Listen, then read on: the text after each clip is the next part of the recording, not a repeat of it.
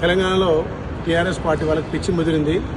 రోజు ఒక రకంగా కాంగ్రెస్ పార్టీని బదనాం చేయాలని చెప్పి వాళ్ళ పింక్ మీడియా ద్వారా రోజొక కథనం పెట్టి ప్రజాపాలన ద్వారా గౌరవ ముఖ్యమంత్రి తెలంగాణలో అభివృద్ధి చేస్తుంటే ఓర్వలేక నిన్న ఏదో కాంగ్రెస్ పార్టీ ఎమ్మెల్యేలు మీటింగ్ అయిందని చెప్పి 10 మంది గుమ్మిగుడిరని చెప్పి వాళ్ళ పింక్ మీడియా ద్వారా దుష్ప్రచారం చేస్తున్నారు.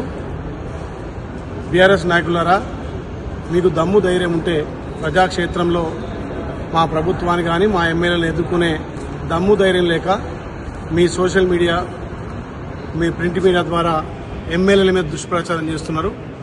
నిన్న ఎక్కడో సమావేశమైనని చెప్పి ఒక దుష్ప్రచారం చేస్తున్నారు.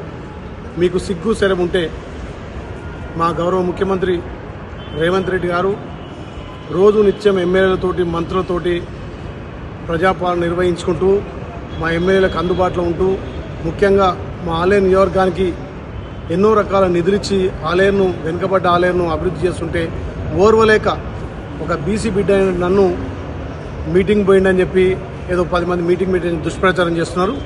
నిన్న సాయంత్రం నా కాన్స్టిట్యున్సీలో 100 మంది కార్యకర్తలతోటి పెళ్లిలో హాజరు కావడం జరిగింది.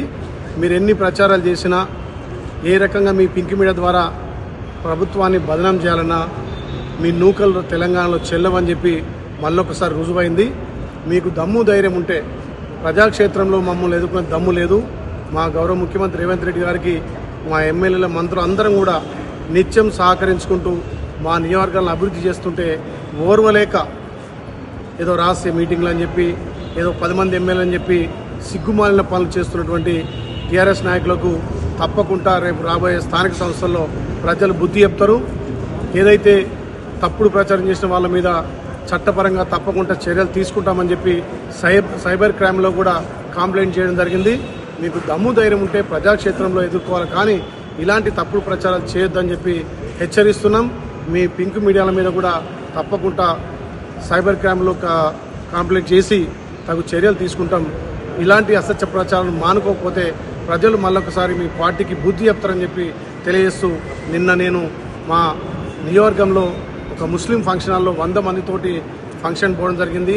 ఎలాంటి మా ఎమ్మెల్యేల మధ్యలో కానీ మా ప్రభుత్వం మధ్యలో కానీ ఎలాంటి విభేదాలు లేవు. మా ముఖ్యమంత్రి, మా మంత్రులు అందరం కలిసి అన్ని నియోజకవర్గాలను అభివృద్ధి చేయడం కోసం ముందుకు పోతామని తెలియజేస్తూ ఇలాంటి పింకు మీడియా ప్రచారాలు బంద్ చేసుకోవాలని చెప్పి హెచ్చరిస్తున్నాం.